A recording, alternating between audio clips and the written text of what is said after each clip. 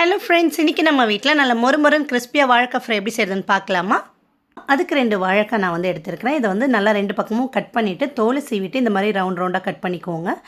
Cut பண்ண வாழைக்காவை ஒரு 10 நிமிஷம் நல்லா வேக வைக்கணும். அதுக்கு உப்பு மஞ்சத்தூள் சேர்த்து நல்லா வேக வச்சு எடுத்ததுக்கப்புறமா தண்ணியை ட்ரைன் பண்ணிவிட்டு உப்பு வீட்டில் அரைச்ச குழம்பு மிளகாய் தூள் சேர்த்துட்டு நல்லா மிக்ஸ் பண்ணிக்கோங்க. இந்த மாதிரி நல்லா குலுக்கி விட்டிங்க அப்படின்னா எல்லா மசாலாவும் அந்த வாழைக்காவில் நல்லா கோட் ஆகிடும். இப்போ தோசை தவாவில் கொஞ்சமாக எண்ணெய் விட்டு கடுகு சேர்த்துட்டு நம்ம மேரினேட் பண்ணி வச்சுருந்த வாழைக்காவை சேர்த்துக்கலாம். சேர்த்துட்டு நல்லா ஃப்ரை பண்ணி விடணும். நல்ல வாசனைக்காக ஒரு கொத்து கருவேப்பிலையும் இது கூடவே சேர்த்துக்கோங்க.